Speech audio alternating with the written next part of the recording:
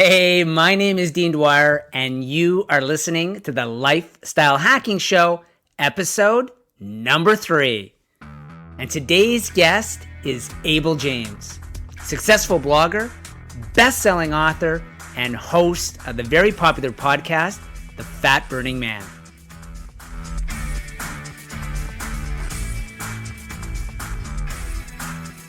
So how the heck are you doing? Welcome to the show. Glad you're here. Glad you're listening. I got 3 quick things that I want to talk about before we get to the interview. And the first thing is this. If you're new to the show or you've listened to it before, I want you to consider this a course, not a podcast. And because this is a course, I want you to do a couple of things. The first being listen to this multiple times and take notes to get the most out of this. And just to sort of give you some insight into how I go about this, even though I'm the one who conducts the interview, after I've conducted the interview, I then listen to the entire podcast again, simply as a fan. But while I'm listening to it, I'm just sort of looking for things that jump out at me. Then I listen to it for a second time. But what I'm looking at doing then is looking for patterns and making connections and looking for hidden lessons that I know most people are not going to pick up if they just simply listen to the podcast once. The second thing that I wanted to tell you is that I have a framework for every single interview that I do. It's now my belief that the people who discover their passion do so using the following framework. They've solved their own problem, they've sold that solution, and they begin to live their lifestyle fantasies. So what I want you to do is to listen for the answers for those questions. So really at the end of the podcast, you should be able to answer what their problem was, how they went about selling it, and how they've begun to live their lifestyle fantasies. And the third thing that I wanted to mention was just an overview of what Abel and I ended up talking about. And what I did was I dug into his story about why he left this 6-figure consulting gig and how he transitioned into the work that he's now doing. Now, just before we jump over the interview, I do have homework for you. I'd like you to leave a comment on the blog, and you can also do that via voicemail on the right-hand side of the blog. There's a place to do that. But essentially, one of 3 things. Either tell me something that you've learned, tell me something that you would like to learn more about, or tell me a question that you wish I would have asked that I didn't ask. And the reason I'm asking for that is it will help me shape my interviews moving forward so that I can get the exact information that I know that my audience is looking for. So listen, I'm really, really excited. I hope you enjoy the interview, and we will talk to you next time. Enjoy. So Abel, hey, listen, thank you so much for agreeing to show up on the 3rd episode of the Lifestyle Hacking Show. So I kind of want to jump right into this. For people who don't know who you are, why don't you give us a sort of a Cliff Notes version of what you're currently doing, whatever you feel is relevant so that people have a better understanding of who you are and what you do. Cool. So mostly what I do now is I fortunately work for myself for the first major time in my life. That's the only thing that I'm doing. I have an online radio show called The Fat Burning Man Show, which is in natural health and some fitness topics as well. I've written several books, and I'm writing a few more and published some other authors digitally, because I think that's the way that things are going these days. And I guess working backwards, I've always had a somewhat conventional path, but I've done unconventional things along the way, and we can kind of get into more as the show goes on, Dean, because you know what some of them are. You can pick my brain. Yeah, I know, and I love what you just said. That's a great line, actually. So I'm sort of curious because I'm the same as you. I've obviously traveled a conventional path, but I've always had an unconventional mindset. I never knew what to do with the two. The two were constantly conflicting with each other. But I want to jump back. So you're coming out of high school. Did you have any sense at that time of what you wanted to do, or was that sort of, were you following the traditional path at that time? That's interesting because that was year to year. I actually did high school in 3 years, and my second year, yeah, I did college in 3 years too. You're a prodigy. You are a child prodigy. I didn't know that. I get bored easily, so I try to speed things up as much as I can. So yeah, it was my second year, and I've always been a musician. I've always played lots of music. And so I was convinced that I was going to be a career musician. I loved it. There was so much art and passion in it for me. And so it was my second year, and I was just convinced that I was going to go to Berklee College of Music in Boston. And so I visited, and I was planning on not even applying to any other colleges. And then I started really talking to some of the musicians, some of the instructors, and just asking them what their lives were like, and kind of trying to read in between the lines to see whether or not they were happy and how happy they were with the decisions that they made. And what I ultimately concluded was that I didn't want to have a midlife crisis when I was 22, and realized that I did, in fact, want to go to college and have options to do what college educated people do, or so I thought then. If So that makes sense. yeah, no. So I just want to jump into that for a second. So how old are you at this time when you start talking to these other musicians? I must have been 16. Yeah, I graduated when I was 17. So Really? Wow, that's a lot of insight at 16. I mean, to have that sort of, mindset of like, listen, I want to find out, who's currently doing this and whether or not they're happy. So obviously the general consensus was that these people were not particularly happy where they had ended up in their life. yeah, I mean, some of them are very happy, absolutely. But the feeling that I got from a lot of the people who I most respected and who were extraordinarily talented was that they were a little bit upset that talent didn't seem to matter that much when it comes to success. Like maybe they didn't want to be teaching at Berkeley, or maybe they didn't want to be playing in the small clubs that they were playing, and they're frustrated by the people who you see on the billboards who aren't necessarily that talented. It's not really a meritocracy when you look at success in art or in music. And so that was just, me realizing that I'm kind of a multifaceted personality and that I need to do a wide variety of things to keep myself happy and not bored. I wanted to have as many options as possible. I also kind of realized that I was young and probably somewhat of an idiot for thinking that I knew everything, and knew what my path was definitely going to be. So I just wanted to give myself as many options as I could. So I wound up applying to a bunch of schools and got into the one that I really wanted to. So let's jump into that next phase of your life. So where did you end up going, and what did you what was your approach when you were there? So I'm from a small town in New Hampshire, and I went to Dartmouth, which is also in New Hampshire. And the geography didn't seem to matter that much at the time, but it was more the feeling that I got when I stepped foot on campus. Obviously, it's a really competitive school, but that's not what I liked about it. It was, you go to some of these other Ivy League schools or really competitive schools, and you get this feeling of stuffiness. You can almost like smell it when you come on campus. And I mean, it was the opposite when I went to Dartmouth. Like people were super welcoming, walking around in Birkenstocks, with long hair, like a bunch of hippies. But those hippies are hanging out with the clean cut other kids. It's just like this really inclusive atmosphere was what I got from visiting there the first time. And I'm just like, I really want to go. But like I said, I'm from a small place in New Hampshire. We never really had any money. We were always on the brink of losing the house growing up. And so I had to, my parents contributed a little bit, but mostly I had to pay my own way through college with scholarships and loans. And so while I was there, I wanted to make sure I made it worth my while because I was racking up all this debt. I'd worked really hard to get there. I wanted to make sure that I did everything that I could do to succeed and make it worth it.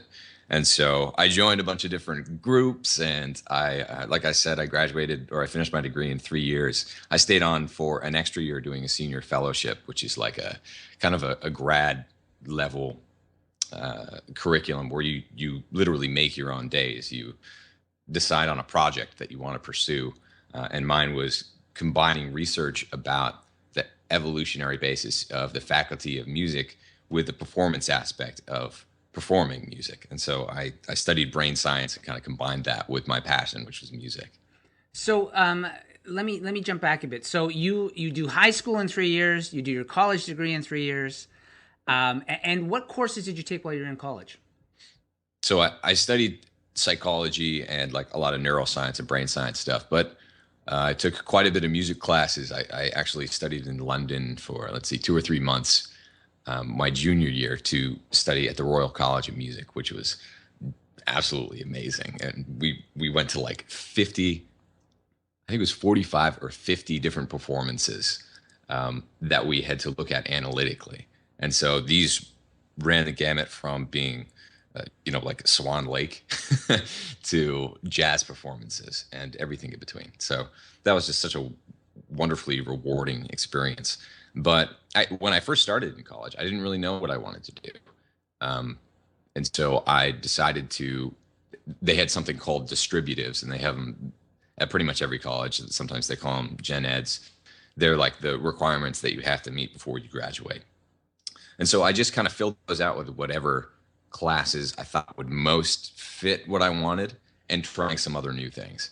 So I did all of those first, and that allowed me a lot of leeway later on to really decide on what I wanted to do. And that's one of the reasons that I finished quickly too, because I got all the things that I needed to finish done first. Wow, what a great approach. Your story reminds me very much of another guy who I read about years ago in a book called Making a Life, Making a Living. And he had talked about his approach to college as well. And instead of, typically what we have to do in Canada anyhow is you have to declare a major. When you go in, you declare a major and you take whatever courses you have to take. And we call them electives. So there are some alternative courses you can take that don't have to be connected to your major. And anyhow, he went in, and instead of choosing a major, he just started talking to people and finding out which professors were really passionate about what they did. And he took courses from them. And he ended up, at the end of all of this, he ended up having 3 degrees. He came out with 3 majors as a result of that. And I wish that I'd had that kind of, I didn't have that kind of insight. I was not the 16-year-old who, finished high school in 3 years and then started talking to people saying, hey, you're happy with what you're doing. I didn't have an original thought to begin with. But I love that story. And that's, that's the advice now when young people, if I'm talking to young people, and I used to do this when I'm teaching, I'd give them the kind of advice that you're talking about, where you give yourself the leeway to discover some of the things you're interested in. So I want to tie that in now. So you're ready to graduate. You've got a number of psychology courses under your belt.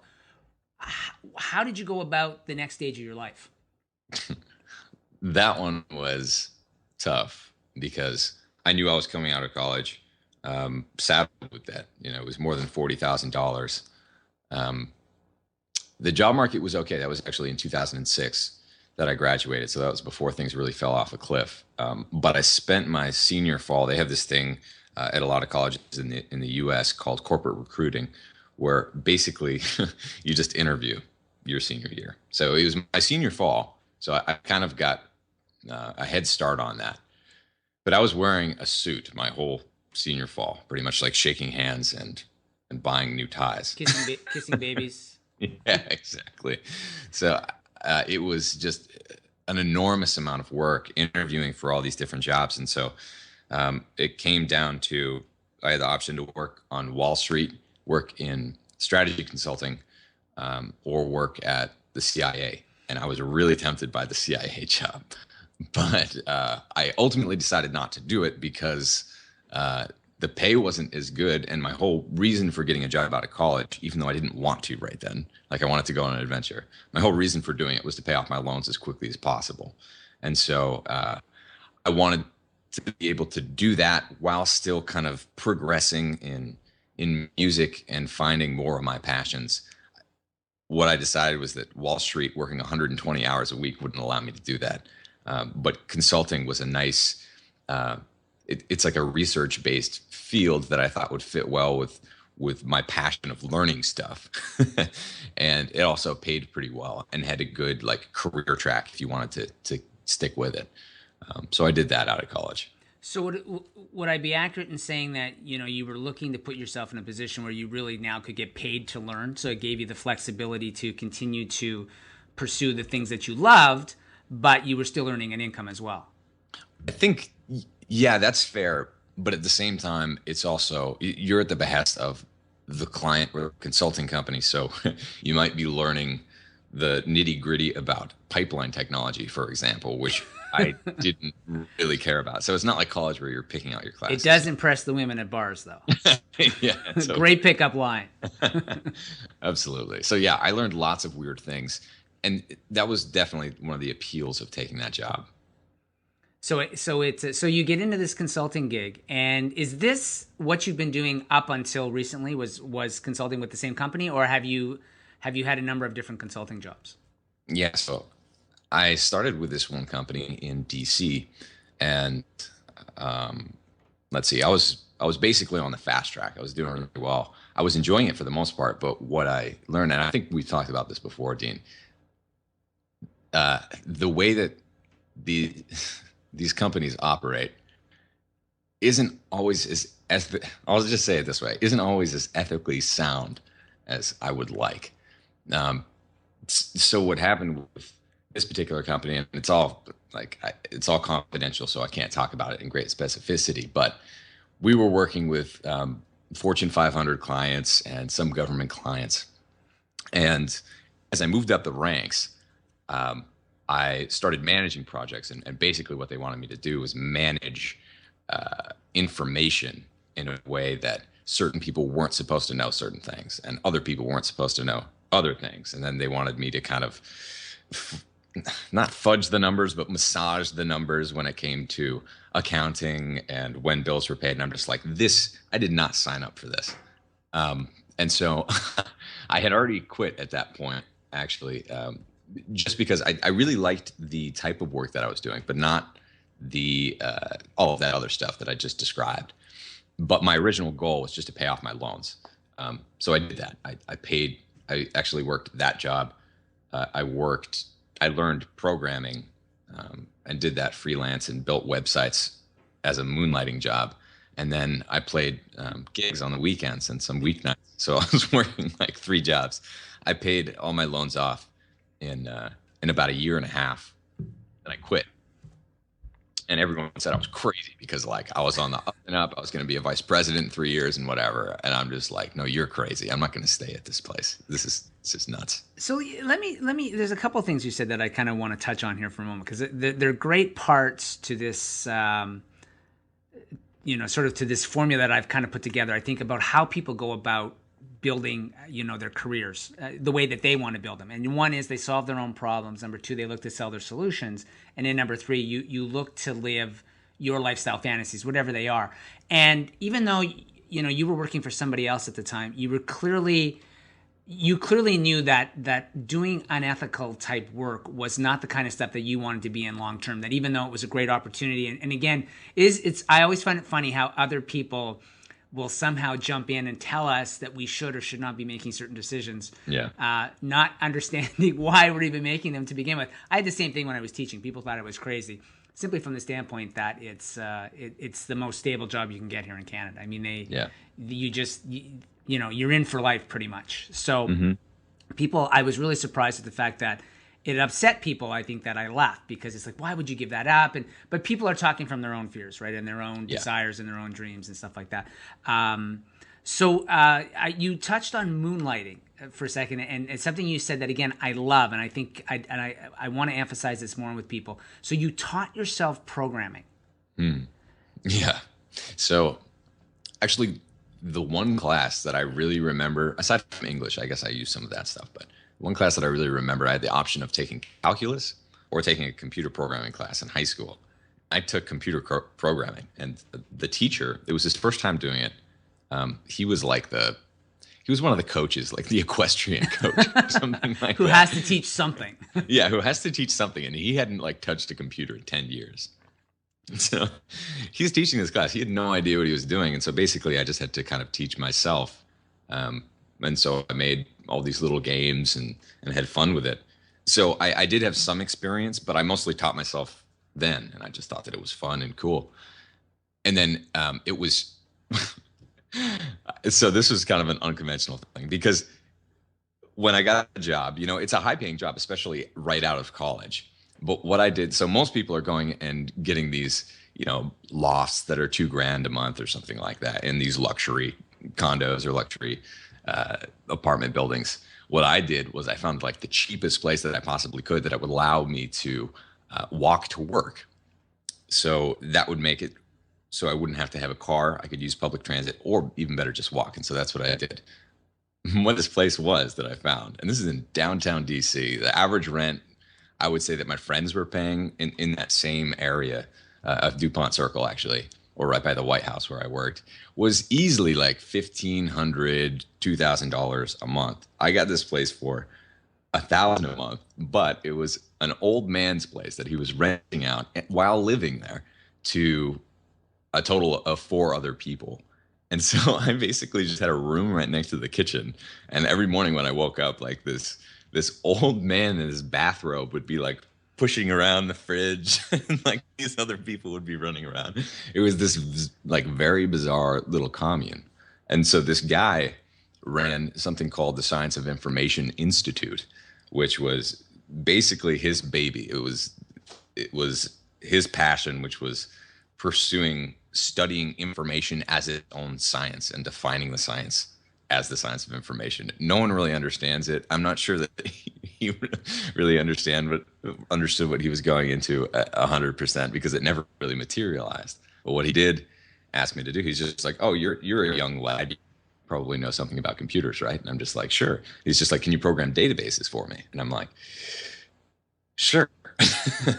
And so that's what it was. It was me paying off the rest of my rent. So I wound up paying $300 a month or something, and paid the rest off by programming for him and learning how to do databases. And then I started doing it for other people too, and building websites and stuff. And so that kind of blossomed.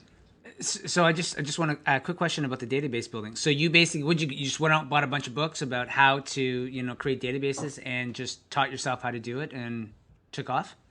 Yeah. I mean, it wasn't anything too complicated. Most of the time, these things aren't, like if you talk about the 80/20, you can learn a lot about building a simple database or a programming language without really studying it for 3 years. As long as you love learning, which is something that I've never had a problem with, just enjoying the process of it. So, yeah, it was a pretty interesting experience.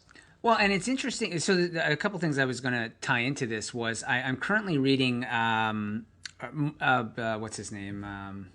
Mark Cuban. Sorry, Mark Cuban just he wrote an ebook, just a very short ebook on sort of a little bit about summing up his life. But he talks about that. It was fascinating to watch. Your story sounds very similar to his. He started working at a computer store, and he was selling the software which he knew nothing about. So he started taking home the manuals and reading them. And it was through that he discovered that he actually really enjoyed that. And so one of his distinct advantages over everybody else was that nobody else reads the manuals. And that's still the case today. Like you buy a software program and most people maybe use 5% of its capability because they never take the time to go through the videos or to go through the entire guide that they provide for that. So even if people were looking at simply separating themselves from everybody else, just that simple act, just knowing that most people just quickly find out what they need it for and never use something to its full potential, that you could become an expert just by committing to reading the whole manual and just understanding how what it can do and how to use it, which sounds like that's exactly what you've done. So you've now put yourself in a position where people are saying, man, this guy's an expert on this. So Abel, I like that, by the way. I like that because that skill has played very prominently in what you do now, because you design almost all of your own stuff, right? Yeah. So and it's something that it parallels my journey too, in that I had to teach myself all this stuff. Like I've never hired anybody to, I probably should at times, but I do enjoy that process as well, though I'm not limited in terms of what I can do. So, so how does that, so take us sort of to the end when you decided. You've done a couple of different consulting jobs. Your last job was an educational consultant, correct? Yeah, that's what I wound up specializing in, but it actually was a lot more than that. It was mostly government consulting, and my main client was the Department of Education, but I worked with the Congressional Research Service, Library of Congress, GSA, and a lot of other agencies also, non-military. Okay, so how did you get to this point?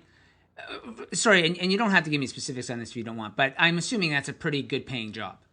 Yeah, I've been making six figures for many years. Wow. Okay. And so, by the way, how old are you? I'm 28. Okay. So you're making, wow, that's actually pretty good. So you're making six figures. And just so people now know, as of I think a couple of months ago, you are now completely on your own, correct? Right. Right. Yeah. So walk us through that process. So you're making six figures. You're out of debt. You're driving a Porsche.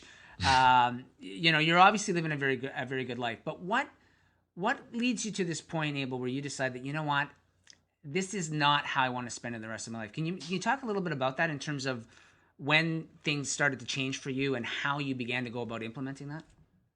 The problem is for me, and it's always been this way, like when you arrive at a goal, when you meet that goal, you've done everything that you can to get there, and then all of a sudden you're there and you're like, oh, I guess I have to be happy and satisfied now. And it never really works like that, does it? What was the goal, by the way, for you? So for me, it was mostly just to have the American dream, I guess.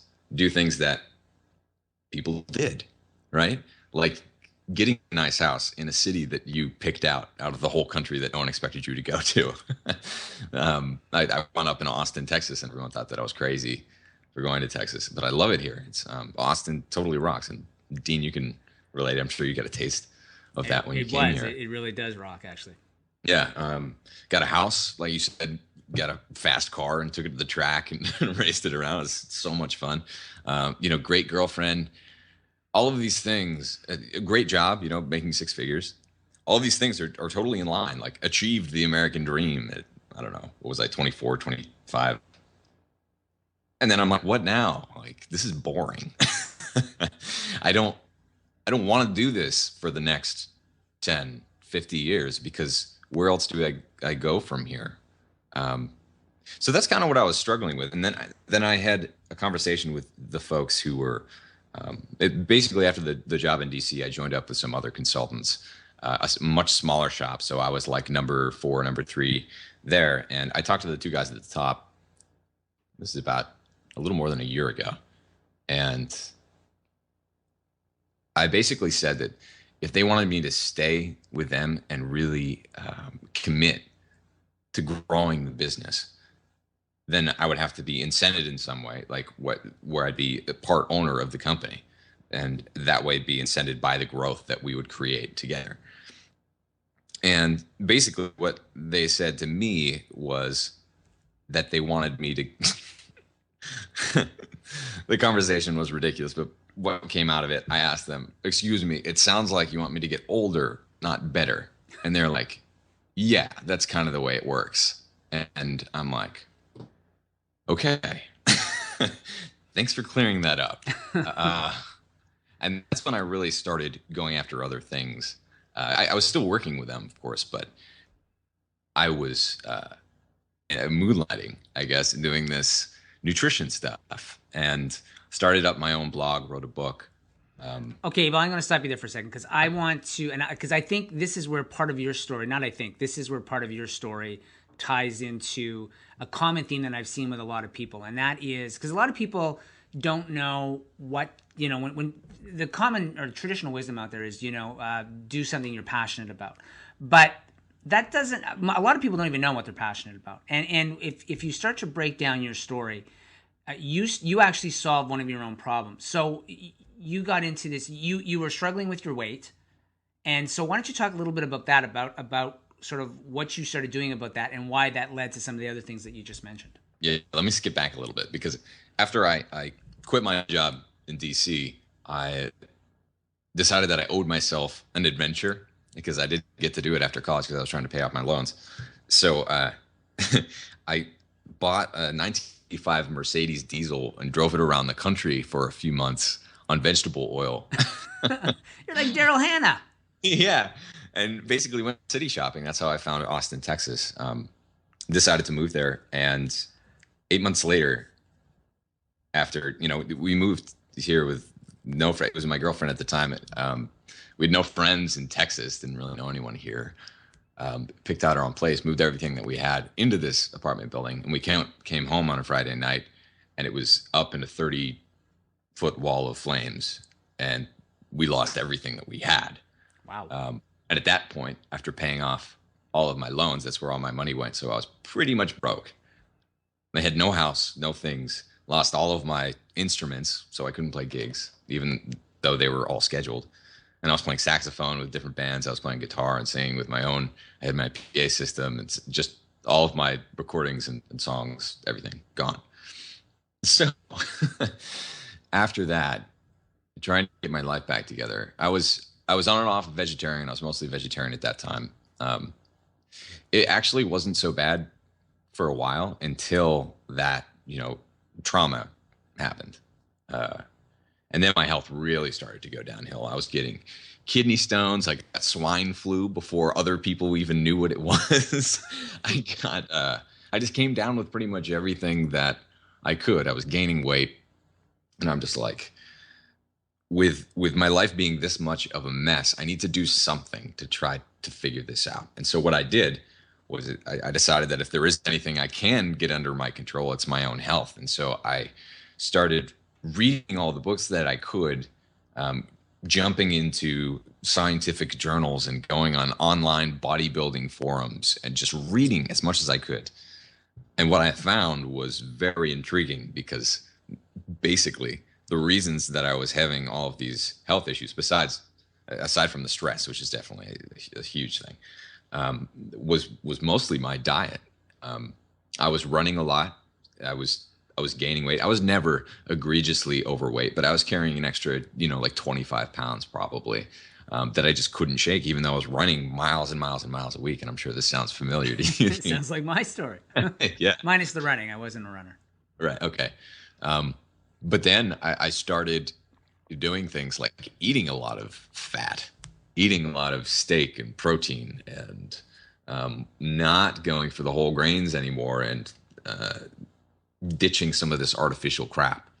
And then the things that happened to my body were shocking and pretty much immediate. Like my health just restored itself. All of these things that I thought were a part of me or a part of getting older, like the extra weight, like the puffy skin, the shape of my face was kind of round and puffy. Like when I look back at pictures of me, I'm like, wow, that's crazy. I wasn't sleeping at night. And I can just go on and on about all the different things that basically just like cleared themselves up as soon as I cleaned up my diet. And so this sort of thing, I decided then, like, should not be a secret. It shouldn't be so hard. Like, finding this information wasn't easy. Like, I had to work really hard for years, really, to find the truth about what works and weed through all the BS. And so I decided that I don't want this to be a secret for people. This information is easy and it's out there, and I want to put it out there as much as I can. And I think one of the best ways to do that is by being yourself and being a trustworthy like figure for them to trust. And then I say that kind of literally. You go to my website and I'm right there. Like they hear me talking all the time. They see me in videos. They read my books. And for me, I never really found that one person. I was just like trusting random no names on bodybuilding forums. And I think one of the things that really helps is being a trustworthy person, because a lot of people who aren't convinced need that in order to dip their toes into trying these things that, their doctor says will kill them.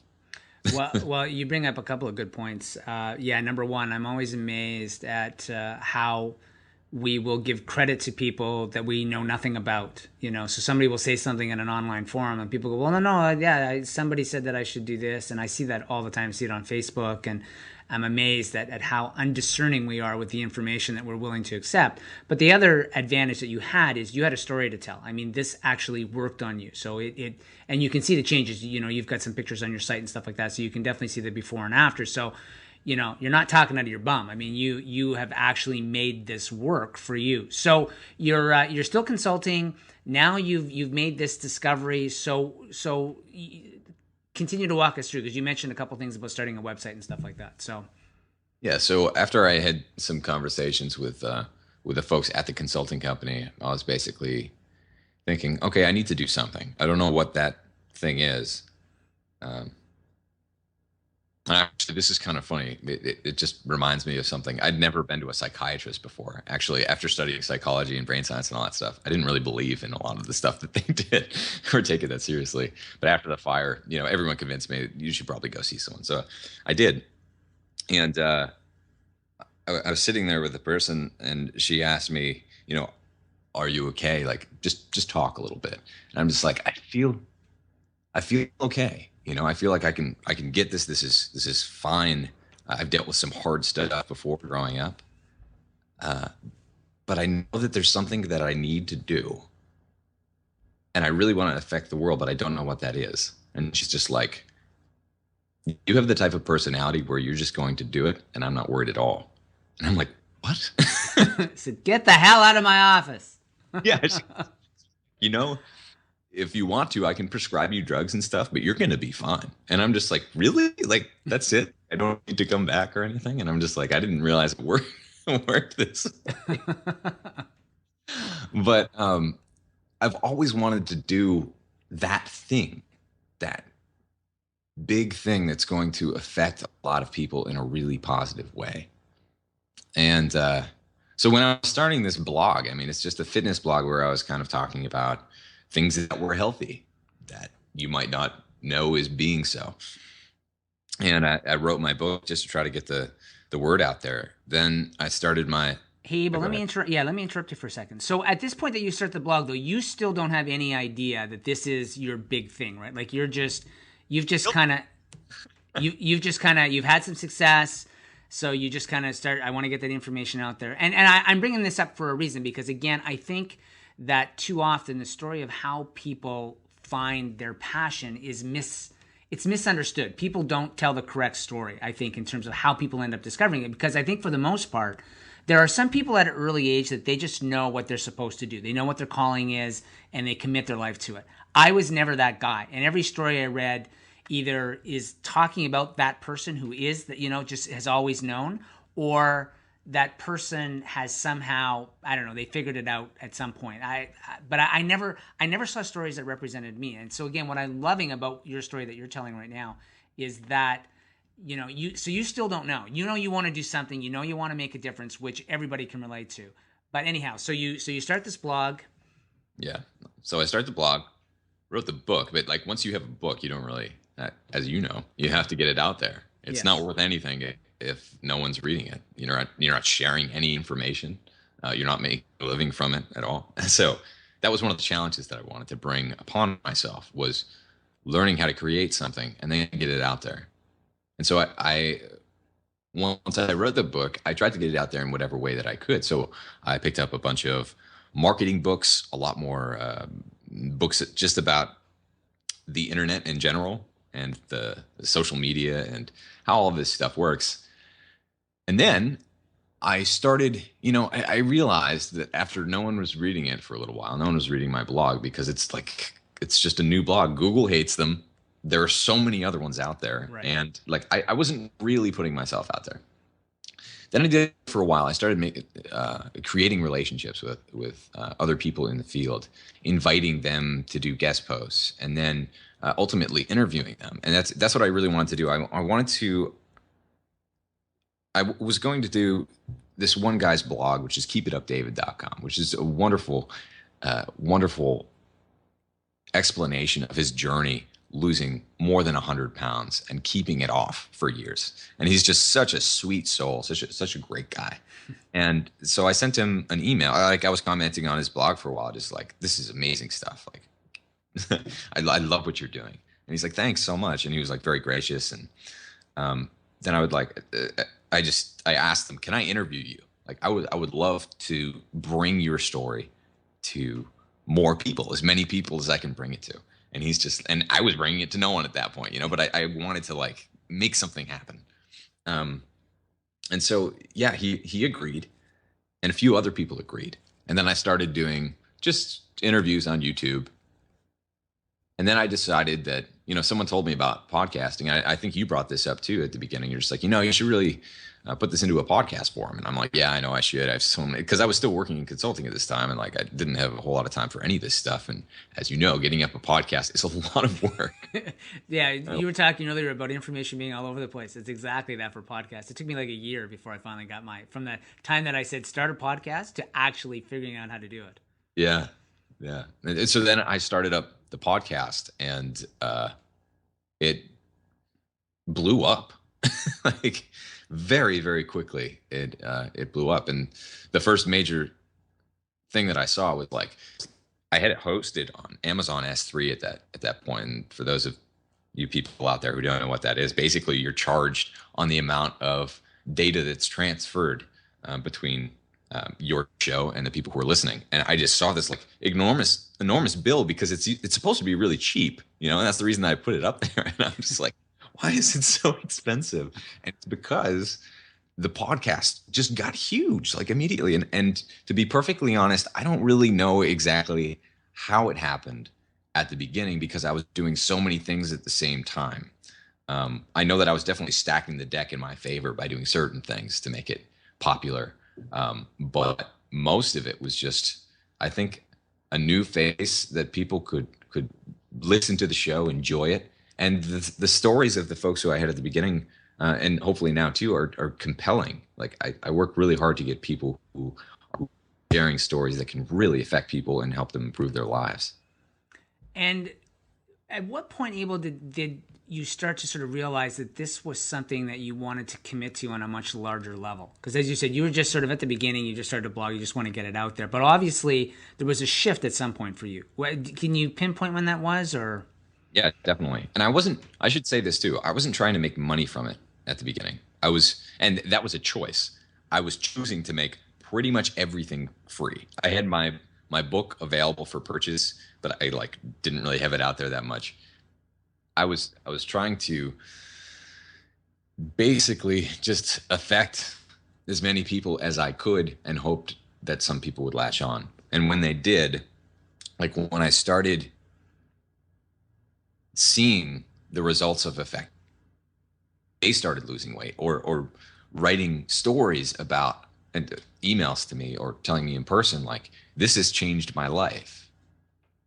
Like I see the world in a different way now because I'm eating real food, and that's what it's all about. And that means that I need to go to the farmer's market, and that means that I don't really like buying Cheez-Its anymore or supporting this agribusiness. And I'm like, wow, really? I did that? Like, I helped you realize those things? And they're like, yes, absolutely. I don't think I would have been here without you. And once you get like just a couple of those, you can't stop doing it. You can't, even if you want to, like, just shut it off and be like, yeah, that was fun for a while, because you realize that what you're doing is actually making a difference.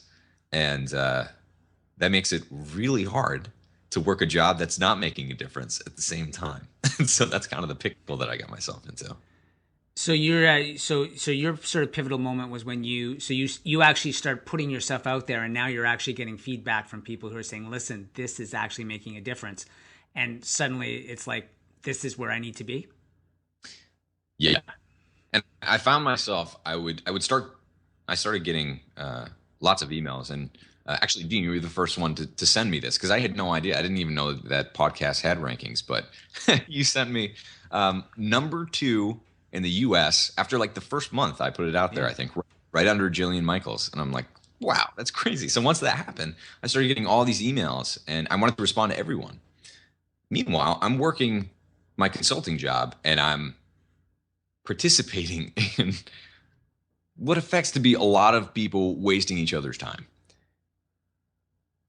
And so, like, when I'm going back and forth between bureaucratic nonsense and like the actual work that's done, I don't want to speak too much about this, but like the actual work that's done in the government, with government consulting and all this stuff, does not really, it's not inspiring to me.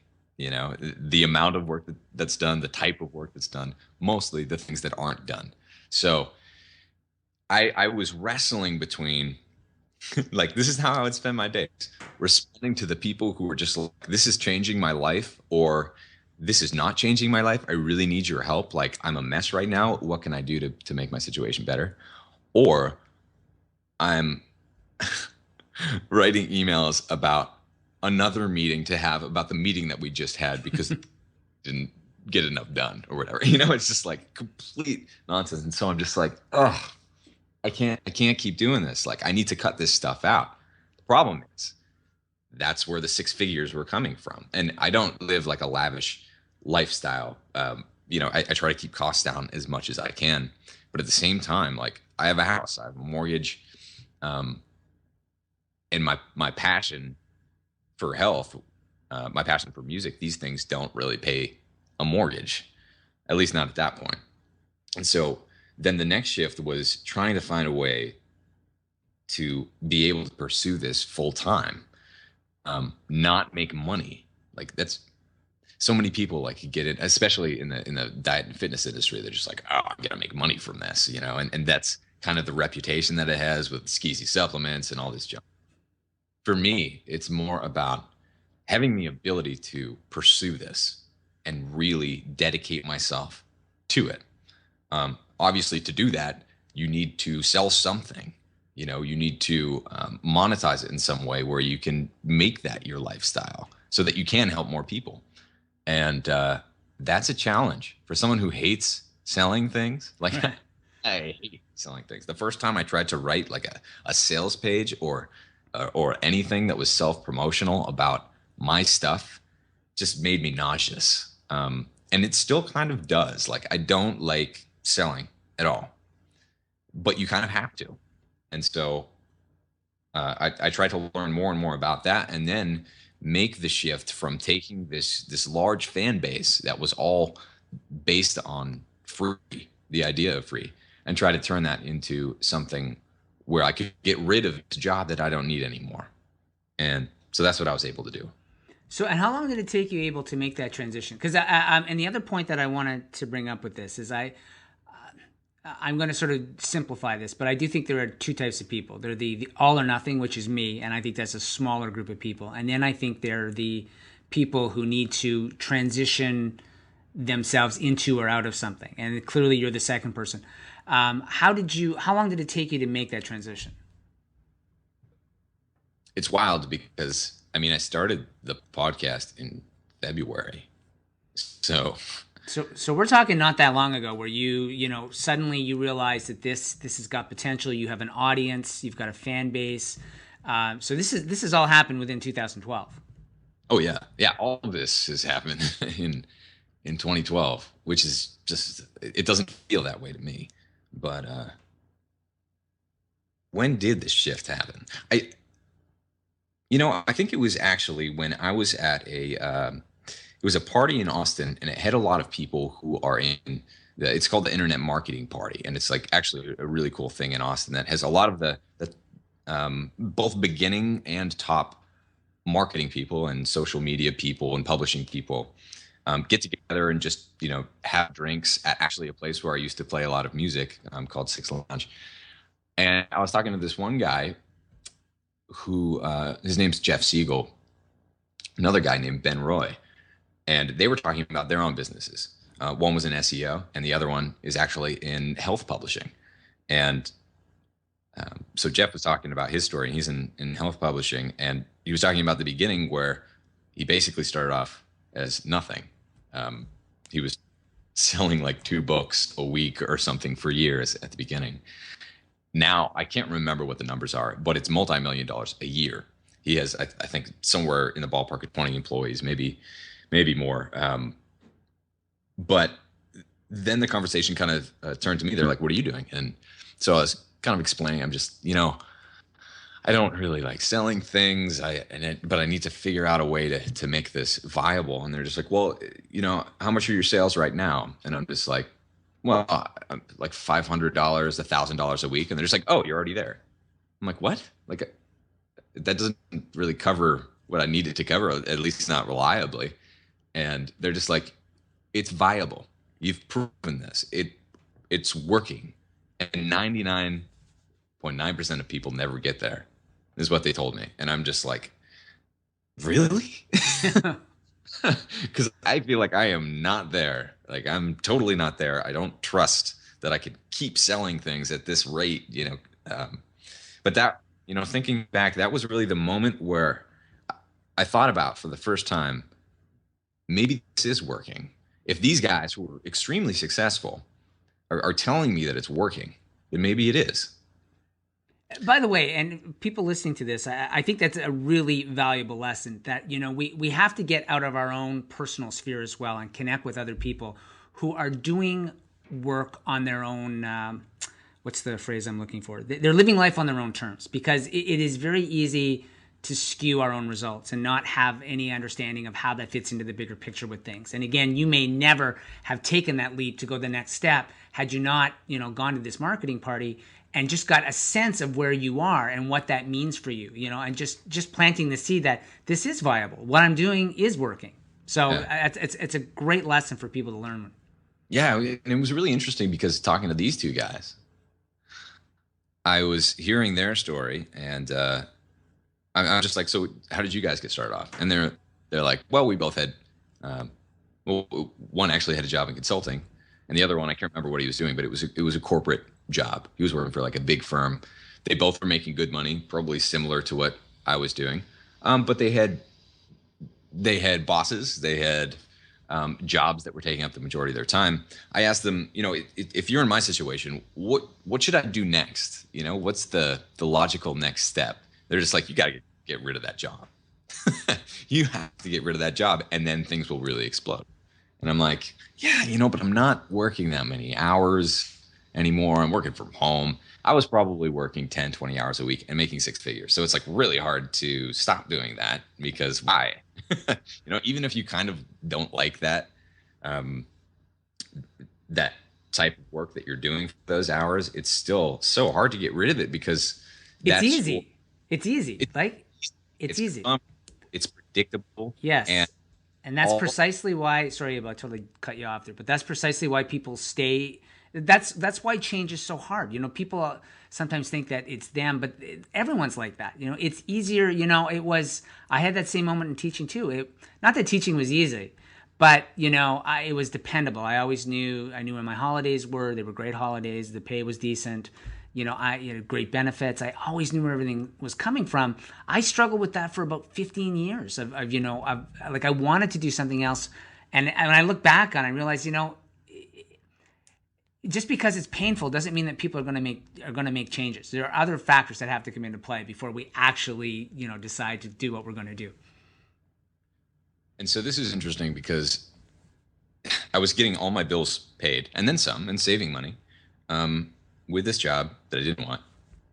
But I didn't have to worry about the mortgage, so I could kind of focus on doing this free stuff for a while. And but I knew that I had to get rid of it, but couldn't at the same time. So it was like wrestling back and forth for a while, for months. And we were talking throughout these months, and I'm just like, everyone's just like, well, I told them I was going to quit in June, and I'm just like, I'm going to figure this out. But I'll finish out the end of the contract just to help you guys out. And it was a 2-year contract. The federal government didn't want to. I wanted to make the process as easy as possible for everyone. And then that kept getting extended, because someone didn't turn in paperwork or whatever on the government end. And so, it wound up being the end of September that I was still working. But a really interesting thing happened, because as soon as I finished working this job, it was like the last few weeks, I had this vision for myself of making enough to pay the bills, or even better, enough to cover what my old job would have covered by doing what I'm passionate about. And that happened the last week that I was working in this job that I quit. Like, that was the end of it. And I made more than I was making with the consulting stuff. I'm really sorry to hear that. It's like when you commit yourself to this vision of making things happen and believing that they can happen, then it's pretty nuts. And since then, it's been very much nuts, which is awesome. And as there's tons of hidden lessons even within what you just said as well. I was curious, as you were talking about that. When did you make the decision and tell them that you were going to leave? Because that's massive, right? Because it's easy to drag that decision on, but at some point you've got to set. If you're doing the transition, you need to set a deadline of when you are in fact going to get out. You can't just sort of hope that you're going to stumble upon it. Right. So it was actually somewhat of an emotional decision for me to decide to tell them that I was going to leave, because I'd been working with them for years. One of the guys I'd been working with ever since college. Well, right out of college, that was my first job, and we left at the same time. So, yeah, it was a period of a couple of weeks where I was waffling with the idea of making it, of telling them and quitting soon. It was just an email that my boss sent to me. And number one, I've never liked having a boss. I always like played nicely, but it's uncomfortable for me if I don't respect them and their intelligence 100%.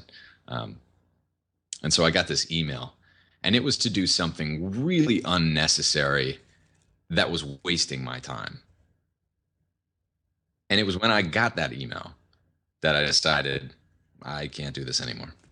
That's that afternoon. I called them up and I'm like, it's real, guys.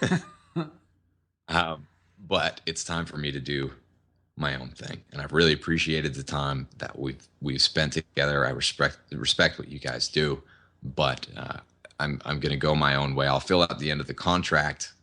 I want to make it as easy for you guys as possible, but um, basically, I'm out of here.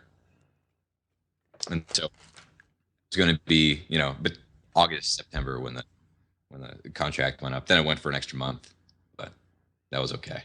And how long have you been on your own now? Since September 30th. And so now, what is it, November? Yeah, almost 2 months. Your 2 month anniversary. So, Abel, I want to. This is actually, there's some great stuff in here. My head is just spinning because, again, there's all these sort of underlying lessons that I hope people will sort of sit back and really take note of this. But a couple things I just want to hit on. So, and we'll just do these very quickly. How are you currently making money? All right.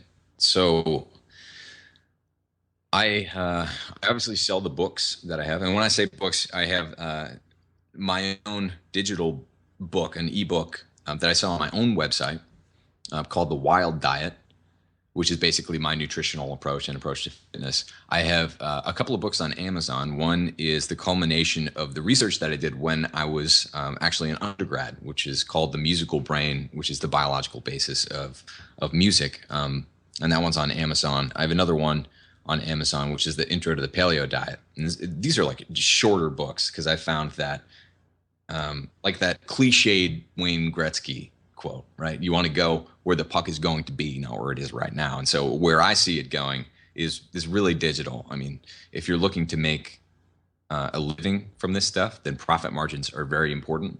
And the profit margins on digital are like near 100% depending on how you sell it, not on Amazon or anyone else is kind of the middleman. But when you're doing it yourself, that's where the profit margins are. So those books, the majority of my own books that I sell, I've started publishing or publishing other people's works. So it comes from that too. And then I have an online coaching website, which is like email coaching, as well as I do webinars and I have video training for people who are interested in a little bit more extra attention than someone who just buys my book. So a lot of people will buy my book and then do the online coaching, and that's recurring revenue that allows me to basically not have to sell every month, but I'm still able to pay the bills. But this last weekend I made over $10,000, which is crazy. Sorry, over the weekend? Yeah. And this is with your your latest cookbook that you created, right? Yeah. So this is basically everything put together in that 10,000 number. But yeah, there are cookbooks. Did a cookbook with my girlfriend about gluten-free dessert recipes, and yeah, when you combine all of these things together, it's not predictable. It goes up and down. But the coolest thing is that what I was doing this weekend is goofing off. But because of the systems that we've built, they kind of sell while you're not there and while you're sleeping. So it's not something where you're selling cars, right? But I mean, it's not easy at the same time. It's just that the work that I was doing, all of that work, all of that effort for basically the first half of the year or writing the book, I was getting paid nothing, and now I'm getting paid for it. So it's not like it's free money. It's just like you the payback is so much delayed and far removed from the effort that you put in. But it really started accelerating after I got rid of that pesky day job. And again, and there's a lesson in that as well, of sort of just, it is amazing what we begin to attract once we commit fully to something as opposed to sort of half in, half out. So why don't we end with this, Abel? What have been the maybe some of the unexpected benefits of all this that you never really anticipated when you did make this leap? So I've always looked for that community of people who are like-minded and passionate and cool. intelligent, and all these other things. Hang on, are you talking about me? Because that clearly sounded like me there. I am actually. Sorry, that was a shameless self-promotional plug. I'm serious, very serious. What's all of this? And actually, at Paleo Effects, and I think I told you this, which is a conference in Austin, Texas, that happened last year, or I guess earlier this year. That you and I will be at again next year. Yeah, just a few months, I guess. What happened there was I realized for the first time, I've been to many, many conferences. I've done the keynotes at conferences of thousands and thousands of people. But for the first time in my life, when I was at this conference, I'm standing there and I realized I'm there on my own terms. And I realized that everything that I'd done had brought me to that point because of the decisions that I'd made. And that's the feeling that you never get when you're working for someone else, or someone else that tells you that you need to go to something, you know? I was just there. And so that was a really powerful moment for me. That is, and mind you, there's a lot of insight in that too. They, that this idea that you have essentially created all this, and you've kind of brought all this together, and you're invested in the outcome somehow, because some of the people are there because they've heard of you and some of the things that you and maybe have created some of the changes as a result of some of the stuff that you're doing, and you've made connections like you and I, had connected online. And I was exactly like you. Hadn't even thought about it that way, but I was so invested in that conference because it was people that, we all had a similar outlook. We're all trying to help people just lead better lives. And it's an amazing feeling, as opposed to the same thing. Teaching, I used to go to conferences that you had to go to, and you're just so disconnected, and you're there in spirit. But it's amazing what happens when, like you said, it's not easy. And I think people think that this idea that this is an easy journey, it's not. It's really hard. And there's a lot of work that goes into it. But everything that you do has a purpose now. And you get to set your own direction, and you get to decide who you want to work with and who you don't want to work with. Like you mentioned, you've done some collaborations. You get to pick and choose the people. We don't get to do that when we're working for somebody else. And that was the part that frustrated me as a teacher. Was I used to say it didn't matter how great I was as a teacher or how lousy I was. I always got paid the same. And as you said, I got paid more because I was older. Not because I was better, but because I was older. And I'm like, I don't want a job like that. There's no reward for that, to have that sort of approach to how you do your work and the kind of work that you do. Yeah, absolutely. So I was just going to say, coming out of that, it's the people, knowing that you're there on your own terms. This community of people is so much cooler than I thought they'd ever be, because I don't know, you go into a grocery store and it's like average, right? Everyone is just kind of like a normal person or whatever. You go into this particular room, and there are all these people who have written best-selling books, and they're trying to help people, and they're so passionate about what they're doing, and it's like, wow, that's freaking cool. That is cool. Yeah. Hey, listen, Abel, I have taken up way more of your time than I thought I was going to take up. So before we end, how do people find you? They can go to fatburningman.com. Leanbodycommunity.com is my coaching website. And abeljames.com is my music stuff, and hopefully a little bit more than that coming up. I will, by the way, for people listening, I will put those URLs in the show notes so you can click on those. My friend, man, I learned a lot. I got to tell you, I didn't know. I said off air before we got started that, I obviously thought I knew parts of your story, but there were clearly big gaps. And I could continue this for another hour. I've got a gazillion questions running through my head, but thank you so much for taking the time to chat with us today. Thanks for the opportunity, Dean. It's been awesome. All right, buddy. Ciao.